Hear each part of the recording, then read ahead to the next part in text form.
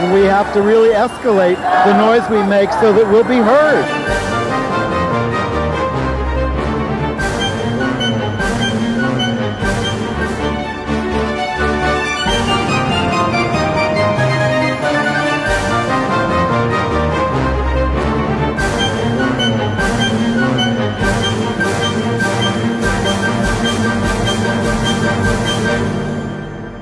Welcome to Gay USA. I'm Andy Hum. I'm Ann Northrup. And we're right on the eve of the American elections on November the 4th.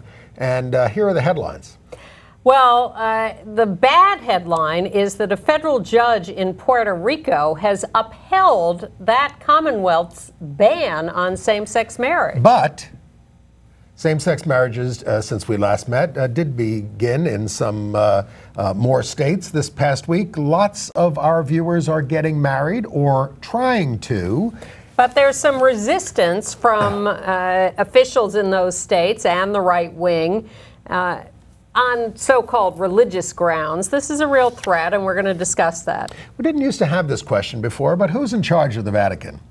The Catholic bishops rejected a softening of their bigoted stance against homosexuality at a synod in which the Pope seemed to be more of a bystander than a leader. I would suggest there's another point of view on that, which I will elucidate so we can cover all sides. Makes for a much more interesting show. But there is progress in barring federal contractors from engaging in anti-LGBT discrimination. LGBT advocates are calling on Attorney General Eric Holder to include lesbians, gays, bisexuals, and transgenders in a new policy that they're writing against profiling in law enforcement.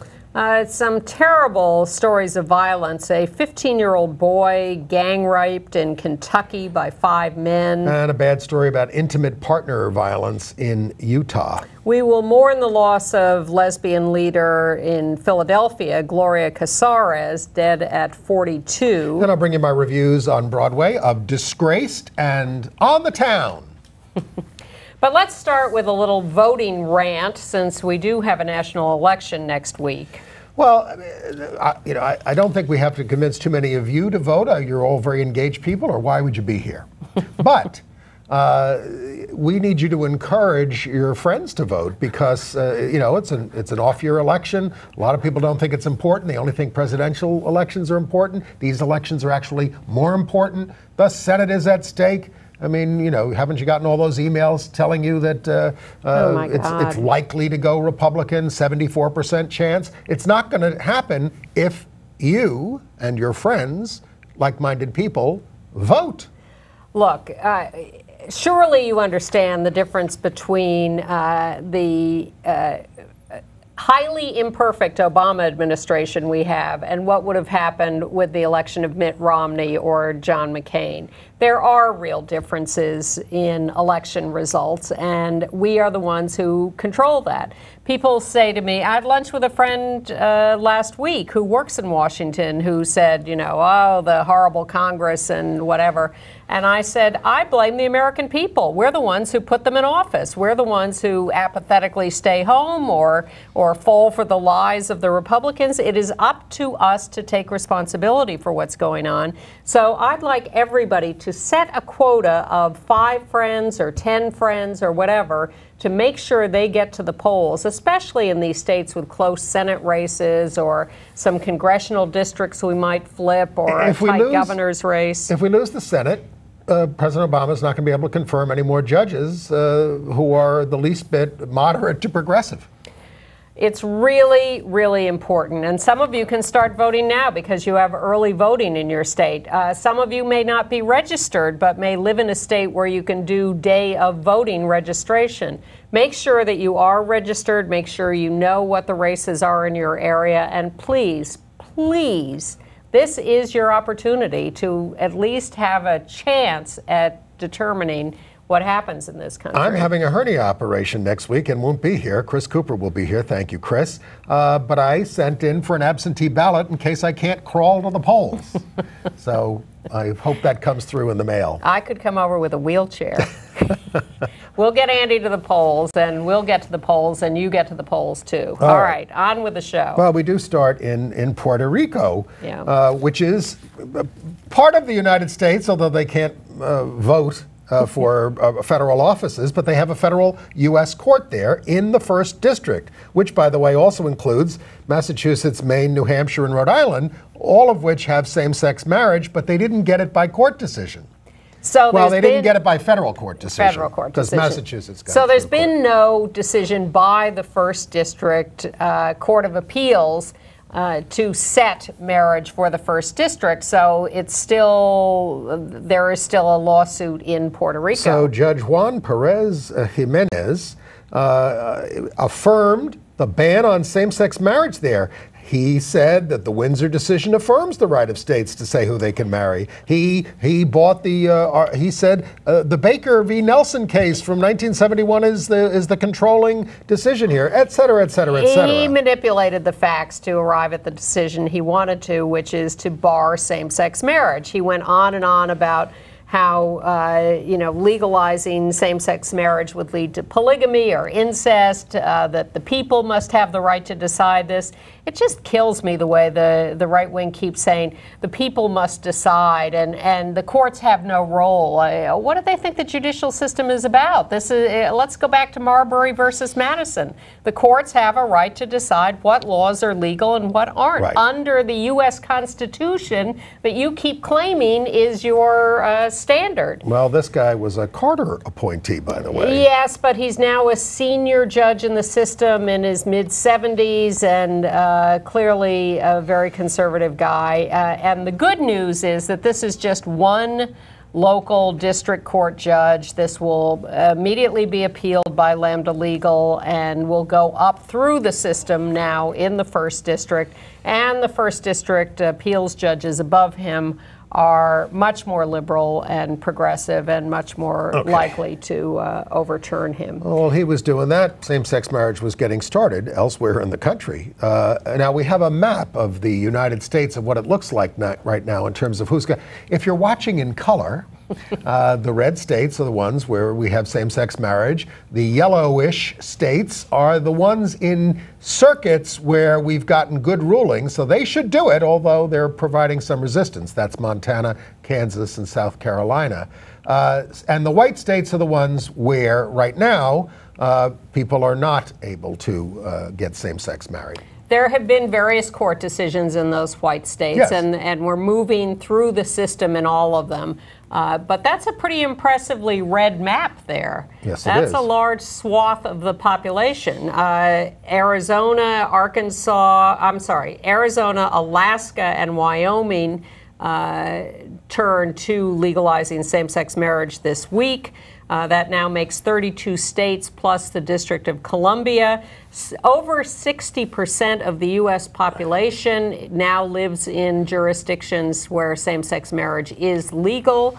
Once we add those 3 states, South Carolina, Montana, and Kansas, which are in circuits that have legalized it, and perhaps the 6th Circuit states, where we're expecting a decision any day from the Court of Appeals, will be up to 75% of the U.S. population living in jurisdictions where same-sex marriage is legal. And we always remind people here that the Supreme Court has not weighed in on the issue of whether states have to let us get married, and they are unlikely to unless there is a bad decision from one of the circuits, which could happen in the 6th Circuit. Especially, but we don't know. No, I wouldn't say the 6th Circuit especially. I would say the 8th or the 5th Circuit especially. All right. Those are it the can more happen. That's when the conservative Supreme Court states. would get involved, and then there would be a Supreme Court decision for the country. But there might not be. I want to thank the Attorney General of Arizona, who said he was not going to waste taxpayer money on a useless appeal and cited a federal judicial rule that says you're not supposed to bring frivolous lawsuits. Didn't Jan Brewer say it was an exercise in futility when she gave up? No, it was the Attorney General. Oh, yeah, okay. Yeah, he was terrific. Nonetheless, there are some judges in Arizona who are refusing to perform civil same-sex marriages on the grounds of their religious beliefs. Well, you're a judge. Then there's Las Vegas, where some Elvis-themed chapels are refusing same-sex couples, citing the Bible. But the thing is, if they operate as businesses, and they've been taking all comers before, they got to keep doing that. So you better get some people who can perform those weddings. A little more. Or you're not a business anymore, you're a religion. Well, we're about to discuss that whole debate, but I commend the 3 county magistrates in North Carolina who have resigned their positions rather than perform same-sex weddings. At least they understand that in a public employment job, they would be required to perform those weddings. And the right-winger Flip Benham down there in North Carolina is the former head of Operation Rescue, an anti-abortion group. He's now crashing gay weddings to protest them, disrupting them in Charlotte, North Carolina last week. I want to see video of that. Yeah. And he may be associated with something called the Values Coalition in North Carolina, which has sent a mailing to all these clerks across the state telling them they don't have to perform these marriages if they have religious objections to them, which is utter nonsense. Well, they can refuse as long as they resign their positions. But the big brouhaha is coming out of Coeur d'Alene, Idaho, which is, that's the home of the Posse Comitatus. That's the real right-wing area in the northern section. I'll keep that in mind when I travel across the country. Watch out. So there's a business there called the Hitching Post across from the courthouse, where that is a wedding chapel business. They are a for-profit business, but they have filed a lawsuit against the city of Coeur d'Alene because they claim that they have ordained ministers performing the weddings at this for-profit business, and that their religious beliefs are being trampled on by being forced to perform same-sex marriages. But really it's a whole scheme and a scam, because what happened was, as soon as they thought that they might have to do these, as they saw legalization of same-sex weddings coming to Idaho, they changed their website and their business registration to define themselves as completely religious. So they're really not under any compulsion to perform same-sex weddings, because religious organizations and ministers are not. But nonetheless, they have this lawsuit because they're trying to trump up this idea that we are trying to force them to perform these weddings. And by the way, when same-sex weddings became legal in Idaho, first of all, they claim they rejected a same-sex couple that called and wanted to have a wedding. And they fear that these people will sue. Well, these people have never been identified or come forward, so we don't believe they really exist. We think that's a lie. And they immediately had a 61-page lawsuit ready to file against the city. So this is quite a little scam going on in Coeur d'Alene. Despite the fact that we do have the marriages going forward in Idaho, Governor Butch Otter, yes, for that is his name, has filed for an en banc review at the Ninth Circuit.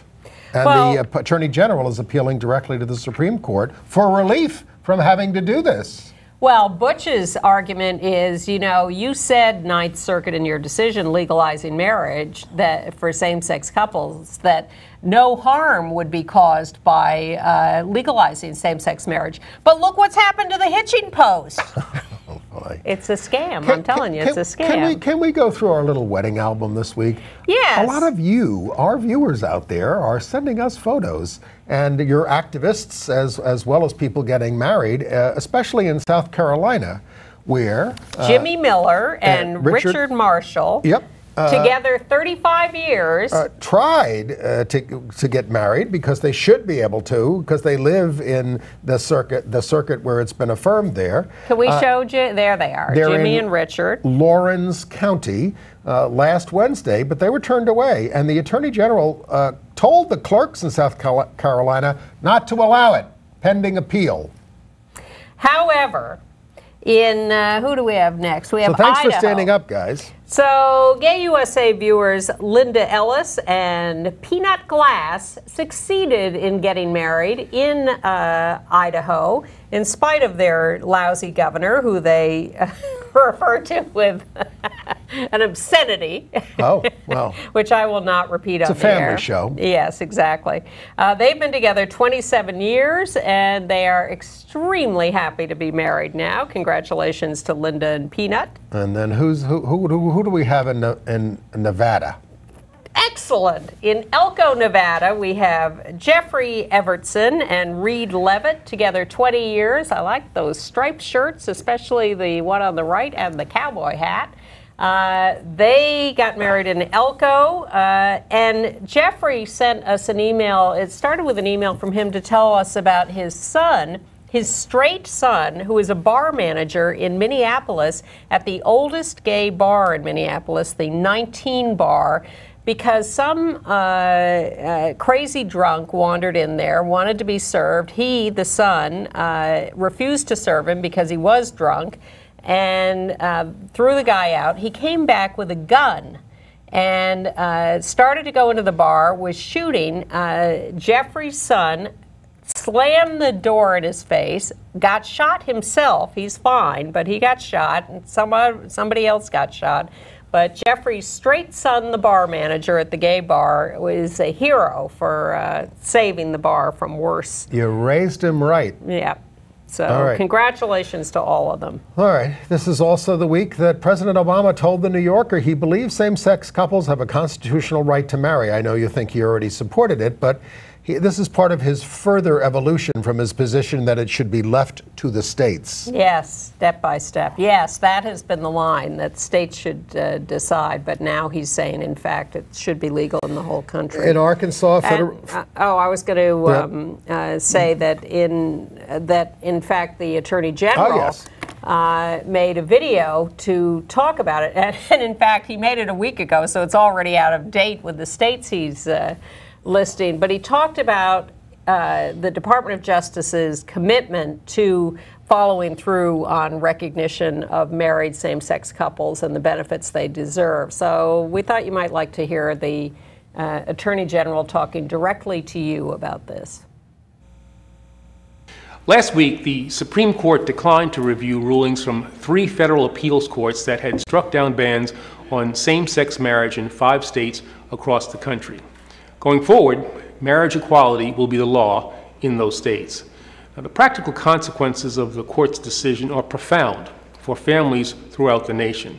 Within hours of the decision, same-sex couples in Indiana, Oklahoma, Utah, Virginia, and Wisconsin were able to have their unions recognized in the states where they live, to stand with their partners and with their children as loving and committed families with the full protection of the law.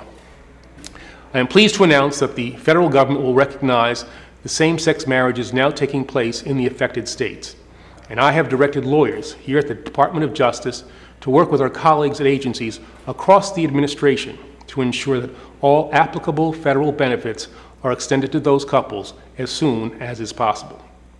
We will not delay in fulfilling our responsibility to afford every eligible couple, whether same-sex or opposite sex, the full rights and responsibilities to which they are entitled. With their long-awaited unions, we are slowly drawing closer to full equality for lesbian, gay, bisexual, and transgender Americans nationwide. By letting the lower court decision stand, the Supreme Court expanded the number of states allowing same-sex marriage from 19 to 24, along with the District of Columbia. Just one day after the Supreme Court's action, the United States Court of Appeals for the Ninth Circuit joined the other courts that have invalidated bans, extending marriage rights even further. Since the decision, at least half a dozen additional states have recognized marriage equality. And even more states covered by the lower court rulings may be joining them in short order. The steady progress towards LGBT equality we've seen and celebrated is important, and it is historic. But there remain too many places in this country where men and women cannot visit their partners in the hospital or be recognized as the rightful parents of their own adopted children, where people can be discriminated against just because they are gay. Challenges to marriage restrictions are still being actively litigated in courts across the country. And while federal appeals courts have so far been unanimous in finding that bans on same-sex marriage are unconstitutional, if a disagreement does arise, the Supreme Court may address the question head-on. If that happens, I want to be clear. The Justice Department is prepared to file a brief consistent with its past support for marriage equality. In the meantime, we will continue to extend federal benefits to same-sex married couples to the fullest extent allowed by federal law. And we will continue to work to the very best of our ability to bring about a more equal future for all Americans nationwide. To hear your Attorney General say that. Nonetheless, Lambda Legal this week filed a lawsuit against the Social Security Administration for denying benefits to a Texas lesbian widow because some of these benefits are still conditioned on where you live, and until every state legalizes same-sex marriage, it's a problem. A couple of other updates. In Arkansas, a federal judge has set November 20th for a hearing on same-sex marriage. Kansas will hear the marriage case, and they should be legalizing marriage immediately this Friday. That may happen by the time you see this. And in Mississippi, Robbie Kaplan, who argued the case before the Supreme Court, the Windsor decision that we won, that Edie Windsor won, for all of us, is filed federal suit in there for same-sex marriage. Robbie Kaplan in Mississippi. And it's been assigned to an Obama appointee on the district court there, so maybe there's hope. The Montana District Court is not going to hear its marriage case until November 20th. They, again, are a state that's in the jurisdiction of the Ninth Circuit and should be legalizing same-sex marriage immediately. But they're drawing this out as long as they can. And you may remember the story of the woman in Idaho who is a Navy veteran, 74. Her wife, they were married elsewhere, died, and she's been holding on to the cremated remains in hopes that they would be buried together ultimately in the state veterans cemetery. The state had turned them down because it didn't recognize same-sex marriage. But now that they do, they've changed their mind, and they will be allowed to be buried together in the state veterans cemetery. And the last little note I have on marriage is that the conservative New York Times columnist Ross Douthat, youngest columnist ever, op-ed columnist at the New York Times, he's an idiot, appeared at an event for the Alliance Defending Freedom, and when he found out it was a right-wing... they're the ones who are against us in all these cases. They're heinous. They're horrible. And he appeared, on some little conversation panel, and it was a fundraiser for them, and everybody turned on him, and he said, I apologize. I didn't know it was a fundraiser. I'm returning my fee. Well, does that mean you would be happily appearing before them if it wasn't a fundraiser? Right. Ick. Well. All right. All right.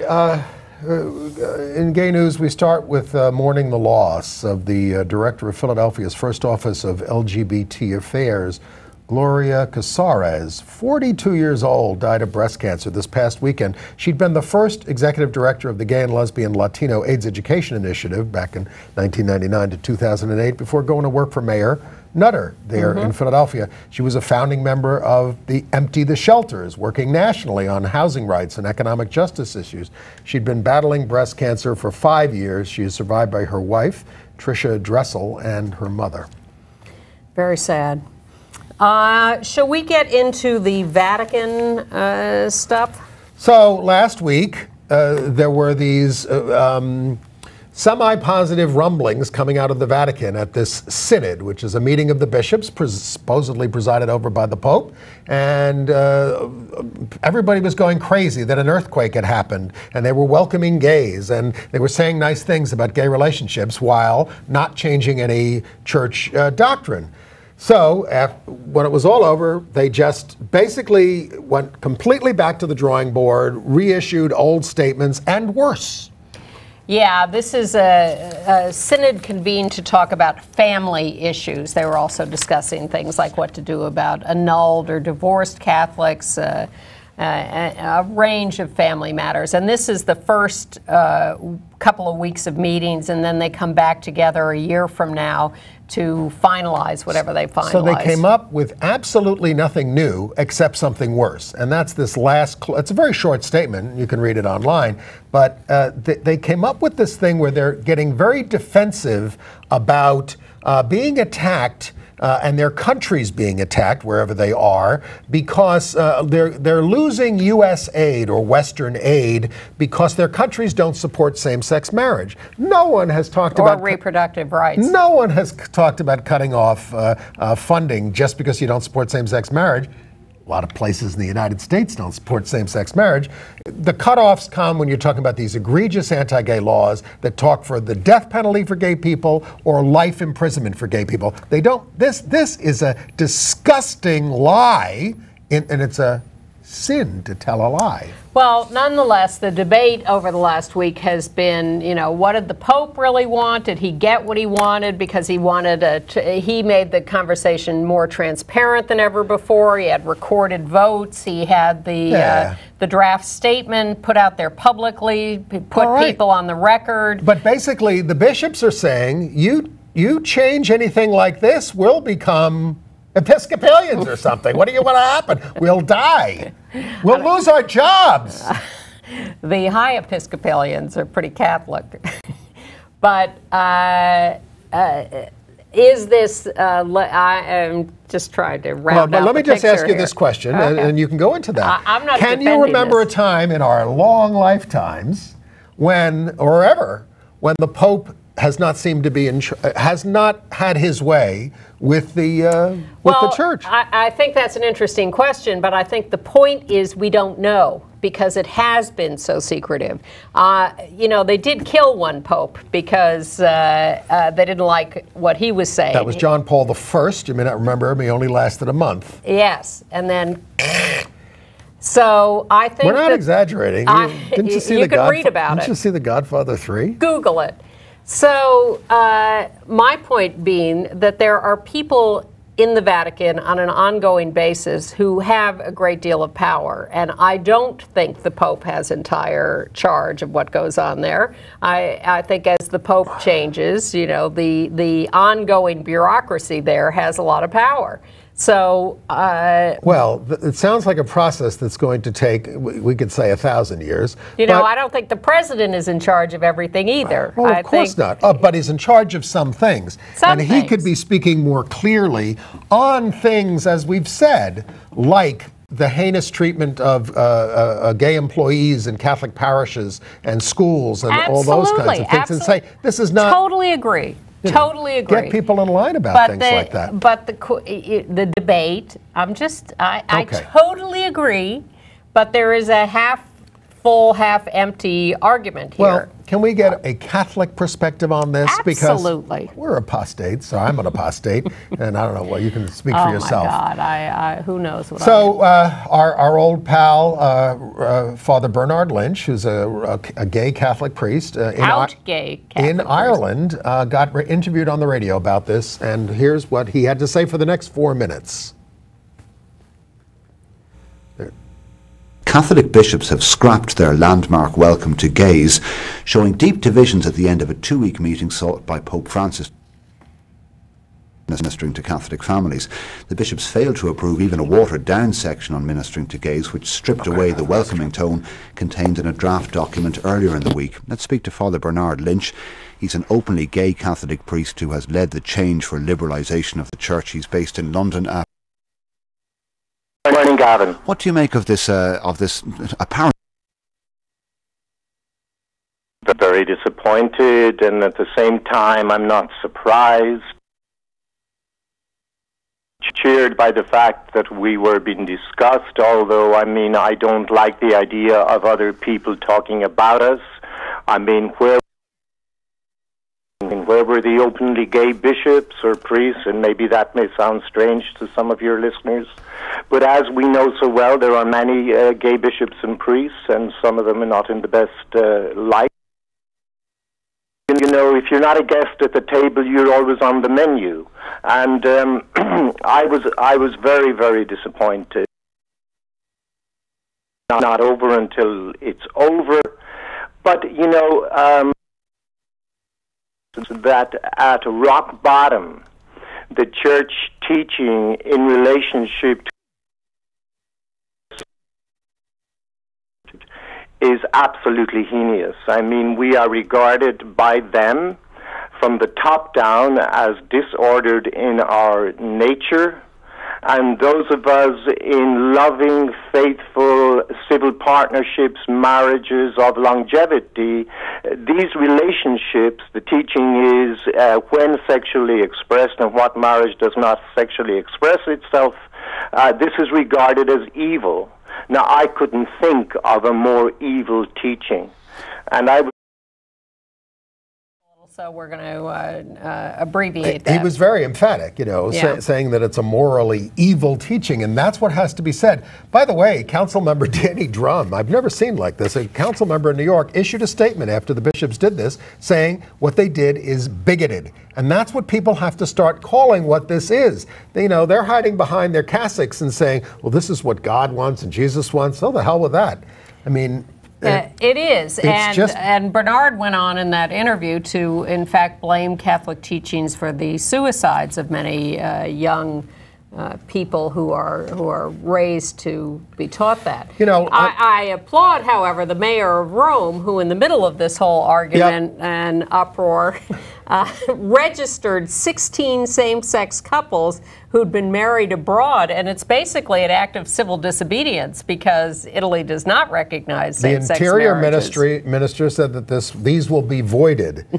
But you know, I did have to leave the church many, over 30-something years ago mainly because of the way it treated women. I mean, how can you belong to an organization that doesn't treat women as equals? In this day and age, it's just a church or a golf club. Correct. Anyway. But then there's Cardinal Dolan in New York referring to gay people as people with problems. They come to us with their problems. You know, I mean, stop this. They don't come as homosexuals. They come as human beings.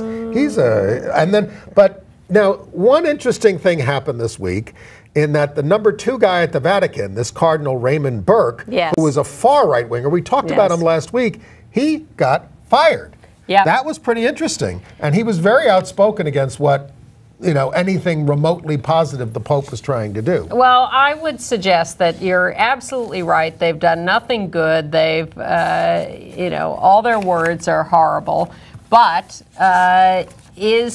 time will tell, as they say, about where this leads with this Pope and this church, and is this laying the groundwork for something better in the future? Well, and I again bring up Galileo, who it took hundreds of years. 362. Yes, to years. Forgive. The out-gay Reverend Malcolm Boyd, who was an Episcopal priest, asked the Pope out for pizza with him and his husband, Mark Thompson. They've been together for 30 years.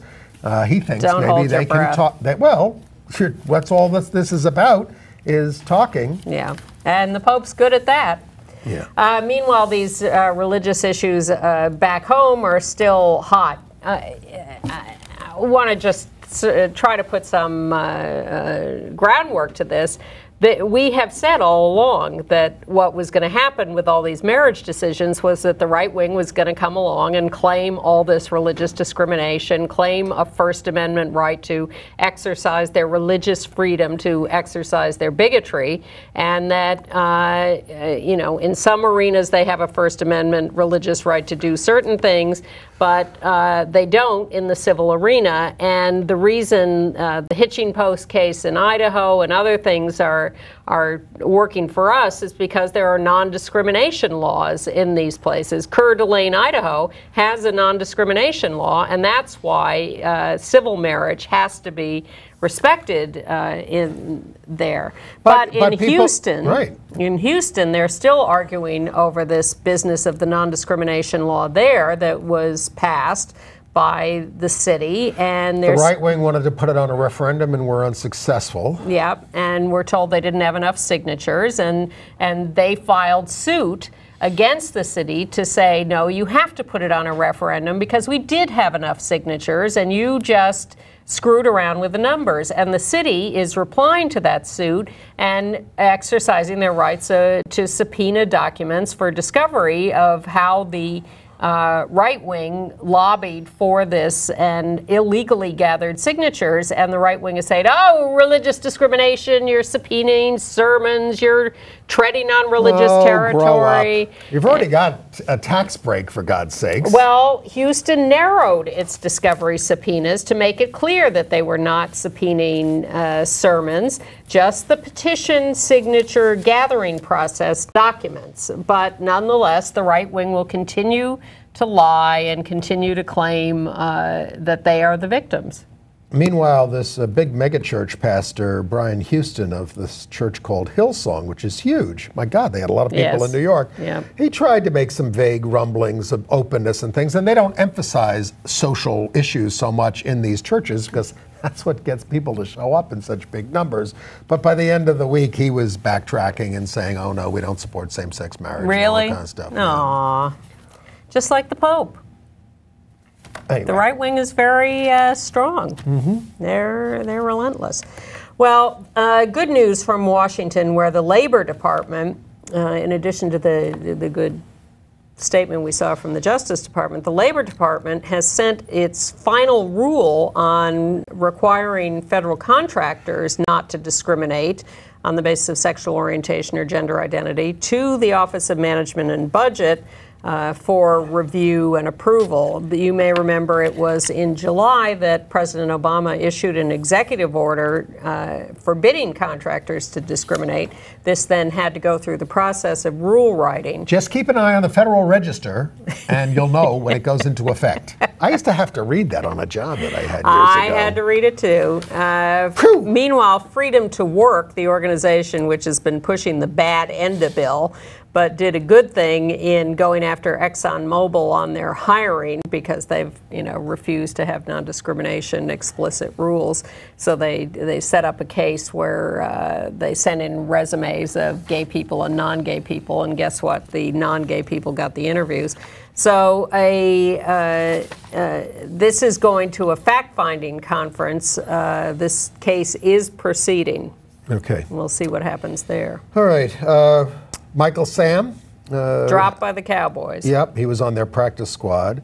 But we'll always have that kiss when he got accepted by the Rams, drafted by the Rams. He's not gone yet. They have better defensive players. They're doing very well, so I guess he'd be lucky if he can't get work in that business because they're all subject to concussions and they don't end up so well. Well, he's still against trying. Football. Sorry. He's still trying to get work. Would you let your kids play?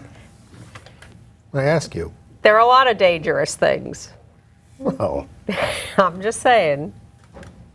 I'm not denying the dangers of football. Okay. But anyway, Michael Sam will still be trying to get work in the NFL, and he may get it. But if you want to talk about danger and violence, we have some horrible cases to tell you about. In Hopkinsville, Kentucky, a 15-year-old teenage boy was gang raped at a party by 5 men ages 17 to 20. They're alleged to have videotaped the assault and shared the footage on their mobile phones. The victim was critically injured. The men are being held on $1 million bond each. One, Dayton Reese Jones, was dismissed from the Arkansas State golf team. In New York City, a 25-year-old man is suing the city. He was in custody and was having seizures and was taken to Jacoby Hospital in the Bronx, where he was handcuffed to a bed, and says that a corrections officer raped him with a baton while he was handcuffed to the bed. He said the correction officer had a vendetta against him because he'd won an earlier case against the city when he was assaulted by cops. We report on gay crime as well. This is intimate partner violence to the extreme. In West Ogden, Utah, Victoria Mendoza, 22, is charged with stabbing to death her partner of 5 years, Tawny Maria Baird, 21, after a violent argument. The father of the victim said he had treated Mendoza as a second daughter. She is charged with first-degree murder. This comes on the heel of the release last week that we told you about by the National Coalition of Anti-Violence Projects of their Intimate Partner Violence Report. You can go to ncavp.org to get that report. It also comes on the heels of, I watched the HBO documentary on partner violence, domestic violence. It did not include any same-sex partner cases, but it was an unrelenting litany of attacks. Very depressing. In 1990 on Staten Island, a gay veteran named Jimmy Zappalordi was murdered. It was a very famous case. Michael Taylor Given, who was one of the perpetrators, was sentenced to 23 years to life in the stabbing, and because he didn't like queers. He was just denied parole. His accomplice, Philip Sarlo, died in prison in 1997. We've talked about the election coming up, and certainly here in New York, one of the most prominent contests is for governor. Governor Andrew Cuomo, Democrat, is running for re-election. We have very mixed feelings about him. We do, Andrew. But I have to give him a shout out. He resisted conservative pleas that he reappoint to the New York Court of Appeals a very right-wing judge, Victoria Graffeo, who had issued some terrible decisions about same-sex marriage and relationships, and he did not reappoint her, and he instead appointed a progressive Democrat, Leslie Stein. He nominated one. Nominated. Got it. Well, the Republicans in the Senate, who have control because they work with right-wing Democrats, are threatening to block it. Well, I also read that she would get easy confirmation, so we'll see what happens there. In Utah, right-wing provocateur James O'Keefe posed as a gay activist. Oh, I'm sorry, this is Colorado. I apologize. Yes. Colorado, trying to goad Democratic workers into filling out ballots for other people. He was turned away and I believe arrested. Yes, because in Colorado, they have some sense. Let's hope they vote the right way. In Michigan, a Republican running for the state legislature briefly dropped out of the race after his record of convictions for breaking into cars and masturbating to the sound of the engines.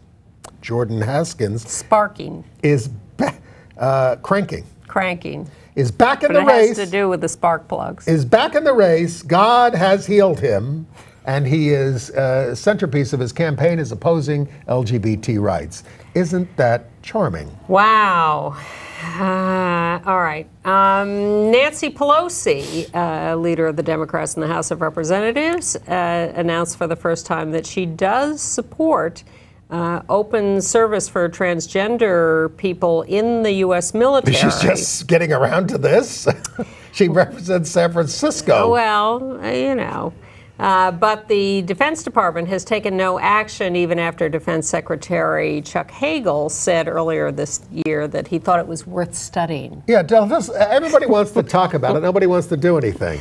On the other hand, and Facebook is still deactivating accounts from guys in drag who are not using their real names. Mount Holyoke, Massachusetts, Mount Holyoke, the college in Massachusetts, and it's an all-women's school, announced it will accept transgender students who identify as women. Yeah, the New York Times Magazine had a big piece on this. A lot of transgender men complaining about women's colleges that they attend, retaining their women's college status and identity. It gets very complicated because a lot of these single-sex colleges, women's colleges in particular, have students who transition while they're there. And they are happy to have those students remain there. But then those students, some of them want to have the college drop its female identity on the grounds that they are now male. And this becomes very complicated for the college. And so, and some of these colleges that are happy to let students transition while they're there from to a male identity will not accept applicants who apply as transgender women, even though they're women's colleges. So it's very, very complicated, and we're all working it out. A mess. They were unable to work it out in New Jersey. We told you they're making a movie of the documentary Freeheld about Lieutenant Laurel Hester, who worked for the state police, who and she was trying to get her benefits to her partner, who is being played by Ellen Page, or is Ellen playing Laurel? No, Julianne Moore is playing Laurel. Oh, okay. Ellen Page then is the lover. Anyway, it's being shot in New Jersey, Salesian High School. Based on the documentary Freeheld by our friend Cynthia Wade, who won the Academy Award for it. Yes. Salesian High School, a boys' Catholic school, agreed to let them shoot there, part of the thing. And in New Rochelle. Then they reversed themselves. The producer said, I respect their right to say no, but it's sad. Well, the fact that the location scout thought a Catholic boys' school would allow this to be shot there, I think, was a little naive. We told you last week that the ICANN, which controls internet domain names internationally, had rejected the community group, the gay community group that wanted the .gay designation. Well, now there may be an appeal possible, so we'll follow that and see if we get a better decision there. And you were at a naming ceremony for a street here in New York. Oh, we got a picture of it there. It's if you go to the corner of 6th Street and 2nd Avenue in New York, it'll be Miriam Friedlander Way from now on, and she was the great leftist council member and a true champion of LGBT rights way back into the early 70s. And of course, it was presided over there by the woman in the middle, Rosie Mendez, who was an out lesbian herself. The men on the right there were Miriam's son and grandson. And did we talk about the profiling thing in LGBT groups? We did. LGBT groups, a lot of them are asking Attorney General Holder to include LGBT in the new policy on profiling by law enforcement. Particularly because we're profiled all the time. Well, and in particular, transgender women are profiled as prostitutes and picked up and harassed by law enforcement. International news. Yes. In Ireland, a gay Catholic priest, Gabriel Rosbotham of County Mayo, was put on leave after his gayness came out in a story about a lawsuit over his ownership of a house he shared with his ex-boyfriend, who was an ex-Franciscan monk. His bishop was said to be completely shocked. What else? Asked about his sexuality, he said, "Look, I am who I am." In Russia, Vitaly Milanov, the member of parliament who put together the whole anti-gay propaganda law, wants Tom of Finland's stamps banned from coming into the country as gay propaganda. Pretty hot stamps. They are. They're bestsellers. Finland's making a lot of money off them. But in Argentina, they have granted refugee status to a 28-year-old Russian gay man who was fleeing persecution. It's the first case that they've done like that there. And in the U.S., Russian asylum applications are up 1/3 just in the last couple of years because of the no gay propaganda law, and because of the violent attacks against gay people and the threat of government taking kids away from gay parents. In Seoul, South Korea, Mayor Park Won backtracked on a statement that he had hoped Korea would be the first Asian country to have same-sex marriages. His spokesman said that all that he said was that maybe Korea would be the first, not that he hoped that they would be. We got to get those Korean golfers to go after him. Yeah, that's my dream. In Nigeria, a court has thrown out a challenge to their heinous anti-gay law there because the challenge came from a straight man, and they said he had no standing to sue because the law did not harm him. I just want to assert that anti-gay laws harm everybody. But we don't have time to go into the details. And in the Philippines, this case of the U.S. Marine who killed a transgender woman is ongoing. There was a demonstration, and you see the picture, by protesters who burned the U.S. flag, are demanding Filipino jurisdiction over the murder case.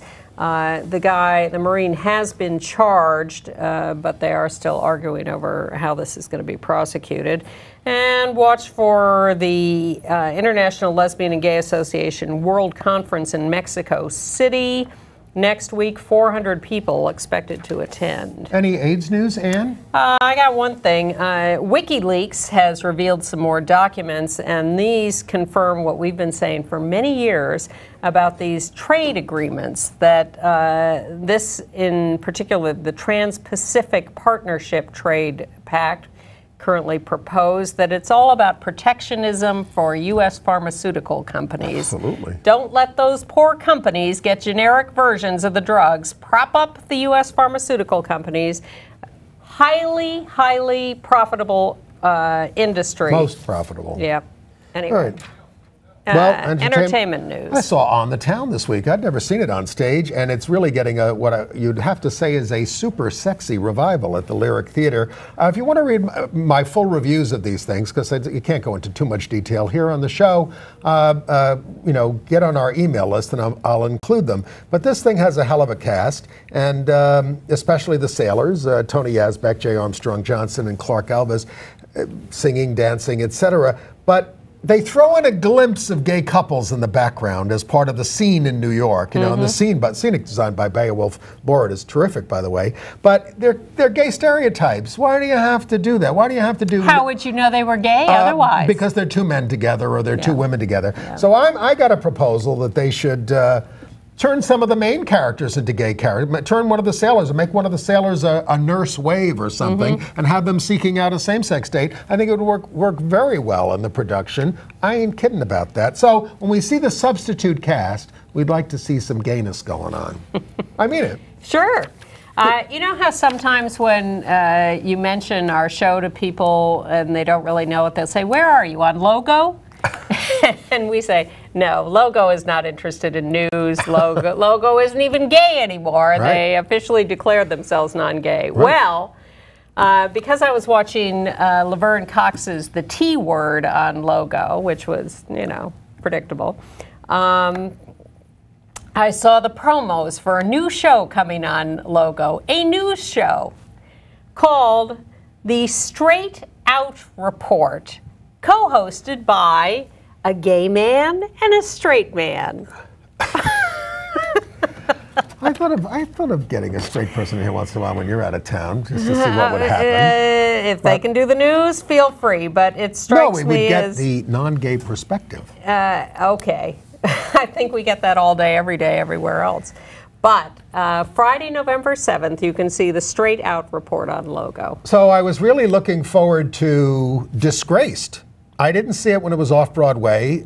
It won the Pulitzer Prize last year, and it's about, now I want to say this carefully, it's about a lawyer who's of Muslim background, but he's sort of anti-Muslim. He's against the religion and what it teaches and all this kind of stuff. And he has a non-Muslim wife, a white wife, who is into Islamic art. So it's very heavy laden with, symbolism and all that kind of stuff. And I really wanted to like this play because it's on such an important subject, but it got kind of predictable, and that kind of threw me. And so, I mean... And you wondered why it won the Pulitzer.